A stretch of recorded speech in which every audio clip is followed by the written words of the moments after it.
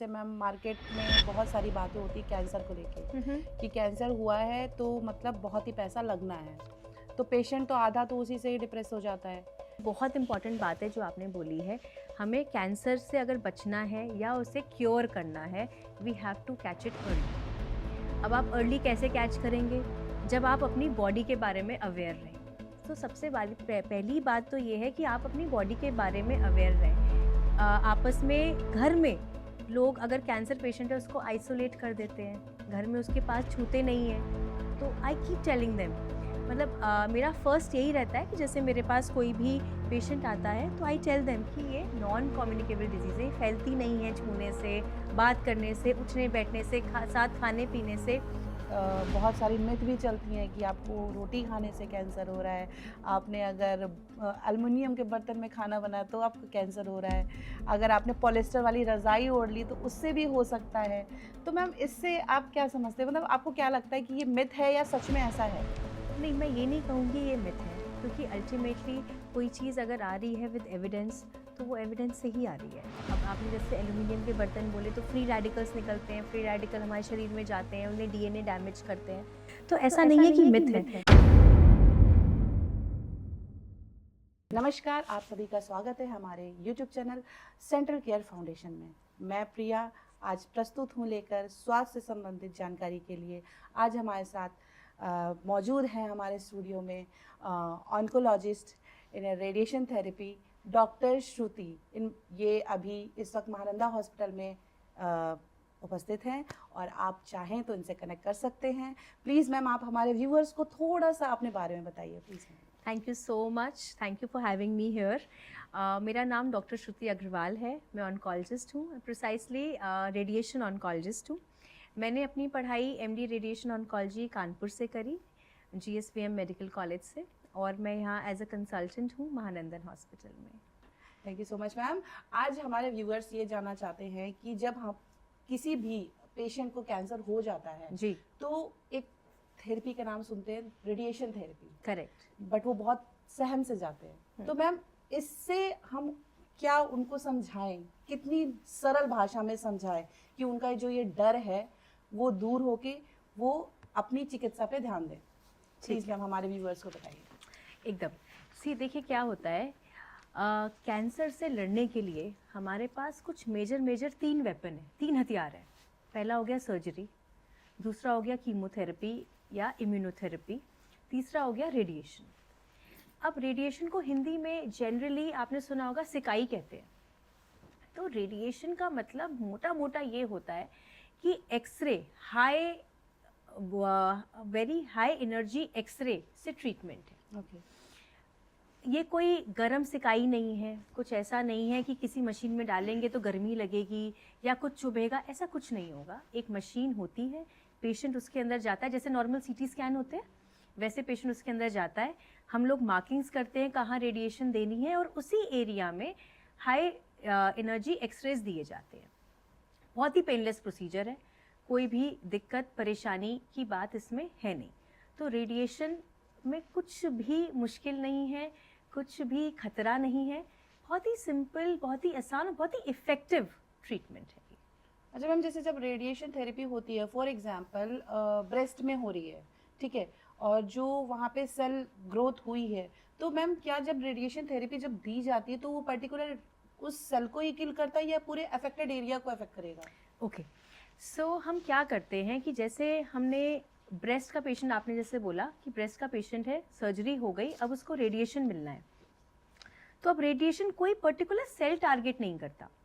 हम लोग as an radiation oncologist अपने प्लानिंग पे, जब हम प्लान करते हैं पेशेंट को, पहले हमें रेडिएशन देने से पहले उसको प्लान करना पड़ता है कि हमें पूरी बॉडी में स्कैन करने के बाद किस एरिया में रेडिएशन देनी है। हम जब प्लान करते हैं तो हम उसमें मार्क करते हैं कि हमारा एरिया ऑफ इंटरेस्ट क्या है। वो एरिया ऑफ इंटरेस्ट कैसे आया कि कहाँ कैंसर था या बचा हुआ है। तो हम जब उसको मार्क करते हैं तो उसमें हम एक छोटा सा एरिया नॉर्मल का भी आता है, क्योंकि पेशेंट के रेस्पिरेशन मूवमेंट हो गए, उसको कवर करने के लिए कि कहीं ट्यूमर ना मिस हो जाए इन एनी केस। तो मेजर हम सारा वैसे कैंसर को इफेक्टिव करते हैं, कैंसर को टारगेट करते हैं। छोटा सा एरिया नॉर्मल टिश्यू का भी आता है और ये हमारा टारगेट होता है फॉर रेडिएशन। ठीक है मैम, जैसे कोई भी सेल हुई, आपने उसको रेडिएशन के थ्रू किल कर दिया, मैम ये पर्टिकुलर पूरी बॉडी के सिस्टम को तो नहीं हिलाता होगा? Not at all. Okay ma'am, इसमें इसके सबसे ज़्यादा साइड इफेक्ट क्या होते हैं? क्योंकि कैंसर के नाम से ही लोग समझ जाते हैं कि इम्यूनिटी लो हो गई या हेयर फॉल स्टार्ट हो गया। करेक्ट। तो मैम इस रेडिएशन थेरेपी के थ्रू मैम उसके साइड इफेक्ट्स क्या रहेंगे? रेडिएशन के साइड इफेक्ट डिपेंड करते हैं कि हम कौन से एरिया में रेडिएशन दे रहे हैं, पहली बात। पर जो जनरली रेडिएशन के साइड इफेक्ट होते हैं वो होता है एक तो वीकनेस, फटीग, थका थका लगना। दूसरा स्किन, क्योंकि स्किन बीच में आ रही है, ऊपर से एक्सरे आ रहे हैं हाई एनर्जी वाले, नीचे जाना है उन्हें, बीच में स्किन है, तो स्किन में कभी कभार स्किन रिएक्शंस हो जाते हैं, स्किन इरिटेशन हो जाती है, कभी कभार जो म्यूकस है उसमें म्यूकोसाइटिस हो जाती है। ये तो ऐसे साइड इफेक्ट है जो जनरली हर एरिया में हो सकते हैं। अब बात आती है कि अगर हम सर्विक्स के बारे में बात करें, अगर हम सर्विक्स को रेडिएशन दे रहे हैं तो थोड़ा यूरिनरी प्रॉब्लम्स हो सकती हैं, थोड़ी रेक्टल प्रॉब्लम्स हो सकती हैं। जो भी साइड इफ़ेक्ट हैं वो सारे मैनेजेबल हैं और टेम्पररी हैं। इट इज़ नॉट दैट कि साइड इफ़ेक्ट हुआ तो वो हमेशा ही रहेगा। उनका अगर हम इलाज करते हैं तो वो उसी टाइम, थोड़े टाइम बाद ही वो ख़त्म हो जाते हैं side effects. Okay ma'am, basically ma'am एक चीज़ और क्वेश्चन मैं पूछूंगी कि रेडिएशन ऑन्कोलॉजी क्या है? रेडिएशन ऑन्कोलॉजी इज़ बेसिकली कि जब हम अपने पेशेंट को, कैंसर के पेशेंट को हम रेडिएशन से ट्रीट करना चाहते हैं। अब ये रेडिएशन हम किस किस तरह दे सकते हैं? पहला तो हो गया क्यूरेटिव, कि मतलब हमने सिर्फ रेडिएशन से इलाज कर दिया, जैसे देखा गया है सर्विक्स के अर्ली केसेस में। दूसरा हुआ कि हमें पता है कि हमें सर्जरी करानी है पेशेंट की, पर हमने पहले रेडिएशन दिया उस ट्यूमर को श्रिंक करने के लिए। ट्यूमर बड़ा था, उसे हमने श्रिंक किया, श्रिंक करके हमने सर्जन को दिया, तो सर्जन ने उसकी सर्जरी कर दी। ये देखा जाता है रेक्टल केसेस में। नेक्स्ट हम आते हैं, सर्जन ने पहले ऑपरेट किया, या तो वहाँ थोड़ा सा कैंसर बच गया या नहीं भी बचा है, फिर भी आगे प्रॉब्लम और ना हो, उन्होंने हमारे पास भेजा और हमने उनको पोस्ट ऑप रेडिएशन दी, एडजुवेंट रेडिएशन जिसे कहते हैं। इसका एग्जाम्पल आप मान सकते हैं बकल म्यूकोजा में, ब्रेस्ट में। ओके कि ऑपरेशन कर दिया मुंह का, पर फिर भी हमें रेडिएशन देनी है। ब्रेस्ट में हमने ऑपरेशन से निकाल दिया, पर हमें बेड को रेडिएशन देनी है। चौथा जो बहुत ही इंटरेस्टिंग है, चौथा ये है कि पेशेंट बहुत पेन में है या बहुत ब्लीडिंग हो रही है सर्विक्स से, तो हमारे पास ऐसी रेडिएशन भी है जिसको हम कहते हैं हीमोस्टैटिक रेडिएशन। हीमोस्टैटिक मतलब ब्लीडिंग को स्टॉप करने वाली रेडिएशन, सिंगल सिटिंग में काम हो जाता है। बोन पेन है, मतलब हमारा पेशेंट है मेटास्टेसाइज्ड, स्टेज 4 में है, बोन में पहुंच गया है कैंसर और बोन उसकी वजह से दर्द कर रही है, बहुत पेन में है पेशेंट, हम उसको पेन रिलीविंग पैलिएटिव रेडिएशन देते हैं, 5 sittings 10 sittings, and patient pain free हो जाता है। ओके एक और मैं आपको इंटरेस्टिंग चीज़ बताती हूँ, आपने कभी सुना है कि कैंसर नहीं है फिर भी रेडिएशन एज अ ट्रीटमेंट? नहीं मैम, ऐसा नहीं सुना है। होता है। ओके मतलब बहुत सारी कंडीशन ऐसे हैं जो कैंसरस नहीं है, पर उसमें radiation has a very important role. Okay to name a few, AVM, arteriovenous malformation जो ब्रेन में हो जाती हैं, ट्राइजेमिनल न्यूरैल्जिया, किलॉइड्स, किसी को स्कार था, स्कार किलॉइड में बदल गया, बहुत इची स्कार है, रेडिएशन वर्क्स। मैम तो क्या ऑस्टियोपोरोसिस जब होता है, अगर किसी पेशेंट को हुआ है, तो क्या उसमें भी ये रेडिएशन थेरेपी काम आती है? यस। तो मैं व्यूअर से कहूंगी कि अगर आपको ऑस्टियोपोरोसिस, अगर आप सफ़र कर रहे हो इससे, तो आप प्लीज़ अपने डॉक्टर से कनेक्ट करें, जो कि आपको ये सजेस्ट करे कि रेडिएशन थेरेपी के थ्रू आपके उस पेन को ख़त्म किया जा सकता है। मैम एक और क्वेश्चन है मेरे पास, जैसे कि हम जब भी कोई भी कैंसर पेशेंट से मिलते हैं या कोई भी पेशेंट आता है डॉक्टर के पास, तो डॉक्टर उसे सजेस्ट करते हैं या तो कीमो या फिर सर्जरी, करेक्ट, या फिर रेडिएशन थेरेपी या फिर इम्यूनोथेरेपी, ये Correct. कॉम्बिनेशन में उनकी ट्रीटमेंट चलती है। तो ma'am Absolutely. Which one is the best? No no no, there is nothing as best. Okay best कुछ नहीं होता, सारे treatment they are tailor made. Okay tailor made मतलब जैसा पेशेंट है, पेशेंट को कैंसर कहाँ का है, कौन सी स्टेज का है, कैंसर कौन सा है। मतलब अब ऐसा भी हो सकता है कि एक ही जगह 2-3 तरीके के कैंसर होते हैं, जैसे लंग है, नॉन स्मॉल सेल है, स्मॉल सेल है, बहुत सारी वैरायटीज़ होते हैं। तो कैंसर कहाँ का है, कौन सा है, कौन सी स्टेज में है, पेशेंट की हालत कैसी है। अब मेरे पास अगर 90 ईयर की विमेन आएगी, I will not like to treat her with surgery, okay. She will not be able to withstand, है ना। तो इट ऑल डिपेंड्स कि पेशेंट के सारे पैरामीटर्स कैसे हैं, तभी कैंसर में कोई एक बंदा इलाज नहीं करता, इट्स अ ट्यूमर बोर्ड, पूरा ट्यूमर बोर्ड बैठता है। हमारे पास फाइल आती है, सर्जन भी होता है, मेडिकल ऑन्कोलॉजिस्ट भी होते हैं, रेडिएशन ऑन्कोलॉजिस्ट भी होते हैं, और सब डिस्कस करते हैं कि इस पेशेंट का क्या इलाज होना चाहिए, कैसे होना चाहिए। So it's a tumour board for cancer patients. Okay ma'am, एक चीज़ आपसे और पूछूंगी कि जैसे मैम मार्केट में बहुत सारी बातें होती कैंसर को लेके कि कैंसर हुआ है तो मतलब बहुत ही पैसा लगना है, तो पेशेंट तो आधा तो उसी से ही डिप्रेस हो जाता है कि अब क्या करना है, अब तो ज़मीन ही बिकनी है। बट आप मुझे एक छोटा सा सजेशन बताओगे कि जैसे कोई भी पेशेंट है तो हम उसको उसके इलाज को किस तरीके से कम कर सकते हैं, मतलब एक्सपेंस जो है वो किस स्टेज में या किस टाइम पे या किस सिम्टम्स के साथ आपके साथ जल्द से जल्द कनेक्ट करें कि उसकी जो एक्सपेंसेस है, क्योंकि मैम देखिए पेशेंट जो है वो लेटली कंसल्ट करते हैं डॉक्टर से, पेन बियर करते रहते हैं, प्रॉब्लम Correct. है बट इग्नोर कर रहे हैं। बट मैम आप हमारे व्यूअर्स को आप थोड़ा सा सजेशन दीजिए कि अगर उनको इस तरीके के सिम्टम्स दिख रहे हैं तो वो डायरेक्टली अपने डॉक्टर से कंसल्ट करें, जिससे अगर वो कैंसर स्टार्ट हो रहा है तो वो उसकी कॉस्टिंग कम हो जाए, क्योंकि आपको तो पता ही है कि मैम अगर अर्ली एज में अगर हम कैंसर को पकड़ लेंगे तो उसके इलाज की कॉस्ट कम हो जाती है। एग्जैक्टली ये बहुत इंपॉर्टेंट बात है जो आपने बोली है।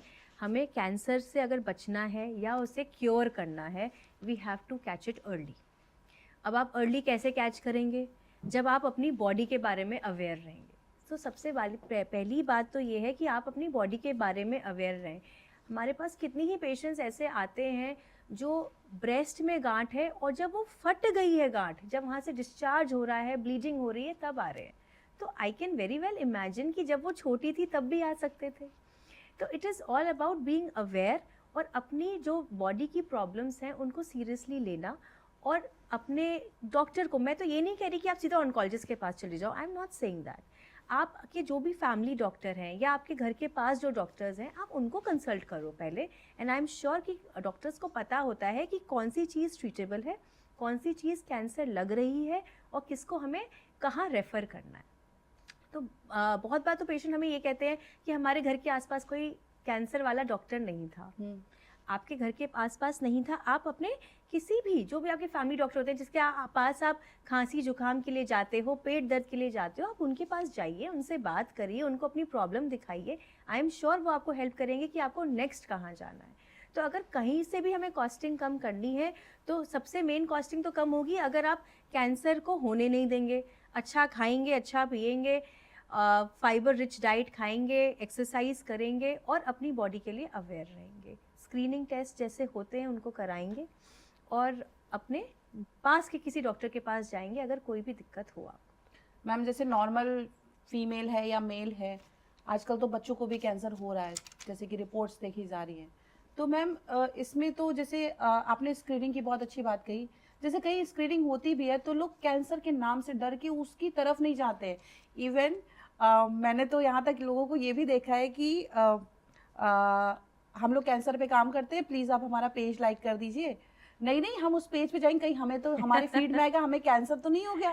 मतलब इस तरीके की मतलब सिली टॉक्स, इतना डर है कि वो देखना भी नहीं चाहते। तो मैम वो अपनी बॉडी को कैसे देखेंगे और कैसे एक्सेप्ट करेंगे? वही बात है, कैंसर को लेके मिथ बहुत है, बहुत ज़्यादा मिथ है। लोग बायोप्सी नहीं कराते कि वो और फैल जाएगा। अगर हम बायोप्सी ही नहीं कराएंगे, उसको हम डायग्नोज ही नहीं करेंगे तो हम ट्रीट कैसे करेंगे? आपने सही बोला। आपस में घर में लोग अगर कैंसर पेशेंट है उसको आइसोलेट कर देते हैं, घर में उसके पास छूते नहीं हैं। तो आई कीप टेलिंग देम, मतलब मेरा फर्स्ट यही रहता है कि जैसे मेरे पास कोई भी पेशेंट आता है तो आई टेल देम कि ये नॉन कम्युनिकेबल डिजीज़ है, फैलती नहीं है छूने से, बात करने से, उठने बैठने से, साथ खाने पीने से। तो हमारे पास ऐसे भी पेशेंट हैं कि अगर कोई दादी है, वो अपने ग्रैंडसन को, ग्रैंड डॉटर को पास में ही लेके सो रही है, क्योंकि उन्हें पता है, इतनी अवेयर हैं कि हाँ कैंसर ऐसे नहीं फैलता। तो हमारे इंडियन सिनेरियो में मिथ्स बहुत हैं जिसको हमें देखना चाहिए, बताना चाहिए और बहुत ज़रूरी है वो समझना। मैम जैसे आपके पास तो रोज ही नए केस आते होंगे, तो मैम कोई आप हमें एक केस बता सकते हो ऐसा या जिसमें आपको बहुत शौक लगा हो कि मतलब मेंबर्स ऐसे भी कर सकते हैं? नहीं, जैसे मैंने आपको बताया कि मेरे पास एक 55 ईयर ओल्ड लेडी आए थे, bleeding from the breast. Okay. और जब उसको उनको हमने एग्जामिन किया तो बहुत बड़ी गांठ थी, मतलब जितनी ब्रेस्ट होती है उससे दुगनी गांठ थी, और वो जगह जगह से स्किन रप्चर होके वहाँ से डिस्चार्ज हो रही थी। और एकदम उनके घर वालों ने उन्हें आइसोलेट कर दिया था, उनसे बात नहीं कर रहे थे, उनको छू नहीं रहे थे लाने में, जबकि वो बहुत वीक थी, वो गिरने को तैयार थी। तो ऐसे बहुत सारे केसेस होते हैं जो हम डेली उसमें देखते हैं अपनी ओपीडीज में। बहुत दुख होता है मैम ये सारी चीज़ें सुन के कि हमारा फैमिली मेम्बर ही है और फिर हम ही उनके साथ ऐसा करने लग जाते हैं। तो ऐसा नहीं करना चाहिए, आपको सपोर्ट करना चाहिए, आपका ही फैमिली मेम्बर है वो। और जैसे कि मैम ने बताया कि ये छूने से नहीं होगा, ना बात करने से होगा, ना खाना खाने से होगा, कुछ भी नहीं है। वो एक बीमारी है, जस्ट सेल है जिसको डॉक्टर क्योर कर सकते हैं। और टाइमली अगर आप डॉक्टर के पास आएंगे तो डेफिनेटली वो बीमारी दूर होगी। और जैसे कि मैम एक और चीज़ देखिए कि जैसे साइड इफ़ेक्ट्स होते हैं, बहुत ही कॉमन से साइड इफ़ेक्ट, फैटीग और hair fall and immunity down हो जाए। मैम इसके अलावा क्या मैम सब सारे पेशेंट के साइड इफ़ेक्ट सेम होते हैं या कुछ अलग अलग होते हैं? नहीं, वो सब डिपेंड करता है कि हम किस एरिया में रेडिएशन दे रहे हैं। ओके। ये बात जैसे मैंने पहले भी लास्ट टाइम बोली थी कि अगर हम सर्विक्स के एरिया में दे रहे हैं रेडिएशन, अब सर्विक्स के पास क्या है, यूरिनरी ब्लैडर है, रेक्टम है, तो उसके साइड इफ़ेक्ट यूरिनरी सिम्टम्स आएंगे या रेक्टल सिम्टम्स आएंगे। अगर हम कहीं पेट में रेडिएशन दे रहे हैं तो बावल सिम्टम आएंगे। तो इट ऑल डिपेंड्स कि हम कहाँ रेडिएशन दे रहे हैं, उसी तरीके के सिम्टम्स होते हैं। अच्छा मैम, जैसे आप रेडिएशन थेरेपी के स्पेशलिस्ट हो, तो मैम इसमें जब आप पर्टिकुलर फॉर एग्जांपल ब्रेस्ट का आपने रेडिएशन थेरेपी करी, मैम उसके बाद क्या वो सेम कैंसर रिवर्स हो सकता है उस पार्ट पे? हाँ, रिकरेंस होते हैं। होते हैं? Yes. मैम कितने चांसेस हो जाते हैं? बहुत वेरिएबल है, recurrence chances are very variable, बहुत सारे फैक्टर्स पे डिपेंड करता है। पहले हमने सारा ट्रीटमेंट टाइमली लिया है कि नहीं। अब बहुत लोग होते हैं टाइम अपना ट्रीटमेंट सारा लेते हैं, भाई सारी कीमो लेंगे जितनी हम बोलेंगे, रेडिएशन लेंगे, ऑपरेशन कराएंगे, पर सपोजिंग कीमो में गैप्स हो गए, ओके 3 वीक्स की बोली थी, एक 2 महीने नहीं आ रहे। ओके। तो इट इज़ नॉट अबाउट कि हमें सारा ट्रीटमेंट लेना है, सारा ट्रीटमेंट ठीक से लेना है। तो रिकरेंस के तो बहुत सारे फैक्टर्स हो सकते हैं कि हमने ट्रीटमेंट पूरा नहीं लिया, ट्रीटमेंट का क्रम ठीक नहीं था, हमने ठीक से नहीं लिया, हमने बाद में नहीं दिखाया, फॉलोअप पे हम नहीं आए। It can be lot of things. Okay ma'am, जैसे आजकल जैसा कि देख रहे हैं बहुत सारी ट्रेंडिंग चीज़ें चलती हैं और बहुत सारी मिथ भी चलती हैं कि आपको रोटी खाने से कैंसर हो रहा है, आपने अगर एल्युमिनियम के बर्तन में खाना बनाया तो आपको कैंसर हो रहा है, अगर आपने पॉलिस्टर वाली रज़ाई ओढ़ ली तो उससे भी हो सकता है। तो मैम इससे आप क्या समझते हैं, मतलब आपको क्या लगता है कि ये मिथ है या सच में ऐसा है? नहीं, मैं ये नहीं कहूँगी ये मिथ है, क्योंकि अल्टीमेटली कोई चीज़ अगर आ रही है विद एविडेंस तो वो एविडेंस से ही आ रही है। अब आपने जैसे एल्युमिनियम के बर्तन बोले, तो फ्री रेडिकल्स निकलते हैं, फ्री रेडिकल हमारे शरीर में जाते हैं, उन्हें डीएनए डैमेज करते हैं।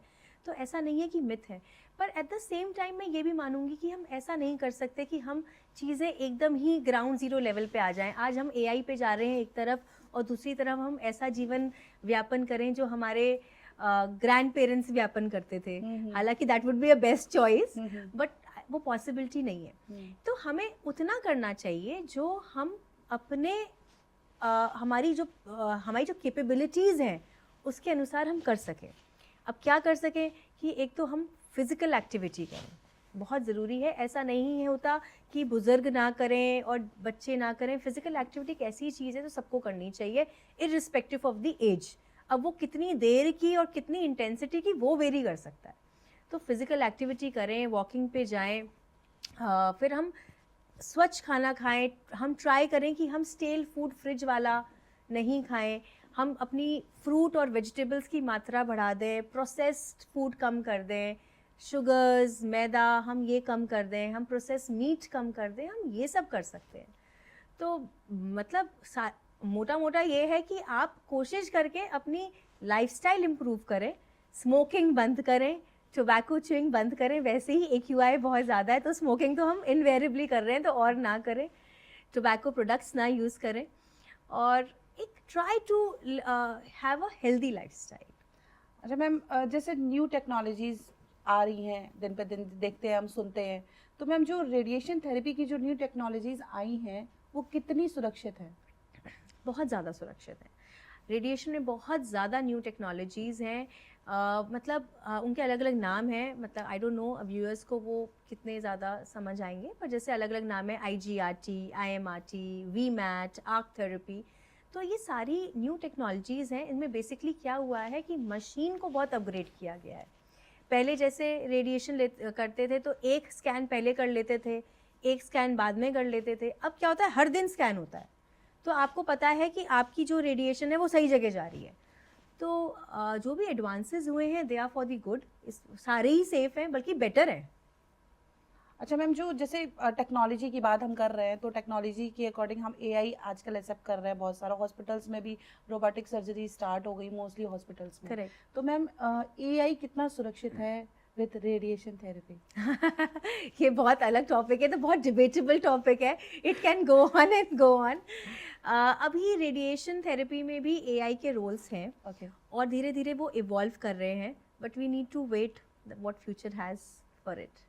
अच्छा मैम, कैंसर के मरीज जो होते हैं उनके परिवार को आप क्या बोलना चाहोगे, जिससे जो पेशेंट है, जितने उसके साथ चैलेंजेस आ रहे हैं, चेंजेस आ रहे हैं बॉडी में, वो उसको हैंडल कर सके? बिकॉज मैम आप भी जानते हो जैसे विल पावर जो होती है वो कैसे आती है, पेशेंट को जब तक सपोर्ट मिलता है तब वो आती है, और तभी वो क्योर कर पाएगा। और मुझे ऐसा लगता है कि जब कोई पेशेंट बीमार होता है तो उसकी विल पावर ही उसको ज़्यादा क्योर करती है। तो मैम आप उस बेस पे मैम आप क्या सजेशन देना चाहोगे हमारी पब्लिक को? मुझे ऐसा लगता है कि उनकी family and friends first point, they have to be there with them, because वो पहले ही इतना गो थ्रू कर रहे हैं, कैंसर का डर ही इतना ज़्यादा होता है, फिर treatment has its side effects. तो जब तक हमें अपने फ्रेंड्स और फैमिलीज़ का साथ नहीं मिलेगा तब तक हमारी विल पावर उस मुकाम पे नहीं पहुंच पाएगी कि हम उससे लड़ पाए। दूसरा, they can do meditation, it goes a long way in keeping them calm and composed. तीसरा, they should do some yoga. That will also go a long way in keeping them strong to deal with it. Ma'am अच्छा, आप जैसे radiation therapy करते हो, तो ma'am जब patient ठीक हो जाता है तो आपको थैंक यू बोलता होगा, तो मैम आपके लिए वो चीज़ क्या मायने रखती है? वही मैटर करता है, that is the only thing that matters. आप कितनी भी पढ़ाई कर लें, जब वो पढ़ाई काम आती है किसी के लिए, जब वो ठीक होके जाता है, एक smiling face, all this while वो हमारे पास 7 हफ्ते पेशेंट आ रहा है, परेशान है, पर जब वो हमारे पास फॉलोअप में आता है और उसके स्कैन्स ठीक होते हैं और वो एक स्माइल आती है उस पेशेंट के चेहरे पे कि हाँ मैं अब ठीक हूँ, दैट रियली मैटर्स। और मैम जैसे मैम रेडिएशन थेरेपी को लेकर जो भी कैंसर पेशेंट हैं, मैम आप उनको क्या मैसेज देना चाहोगे? आप एकदम डरिए नहीं, ना तो रेडिएशन से, मैं बल्कि सर्जरी, कीमो, किसी से मत डरिए। This is a part of treatment, a small part of your life. इसे कराइए, आगे बढ़िए and be happy and cured. Thank you so much ma'am, आपने आज हमारे व्यूअर्स को इतनी Thank you so प्यार भरी much. बातें समझाई, और रेडिएशन थेरेपी से रिलेटेड जो भी आपने उनके क्वेश्चंस को आपने जो रिप्लाई किया वो बहुत ही अच्छे अंदाज में किया है। आशा करती हूँ कि जो हमारे कैंसर पेशेंट हैं या जो हमारी आम जनता है वो इस पॉडकास्ट को सुन के थोड़ा मोटिवेट होगी, और जो उनके आसपास जो कैंसर पेशेंट है वो उनको सपोर्ट करेंगी। कोई ज़रूरी नहीं होता कि अगर परिवार में किसी को कैंसर है या पड़ोस में किसी को कैंसर है या दूर दराज में किसी को कैंसर है, आप उसको सपोर्ट नहीं कर सकते। आप उसको सपोर्ट कर सकते हैं बाय मैसेज, कॉल, उनके साथ बैठ के टाइम स्पेंड करके, आप हर तरीके से उन्हें सपोर्ट कर सकते हैं। Thank you so much ma'am, आपका बहुत बहुत धन्यवाद आपके हमारे पॉडकास्ट चैनल में आने के लिए। Thank you so much. Thank you so much.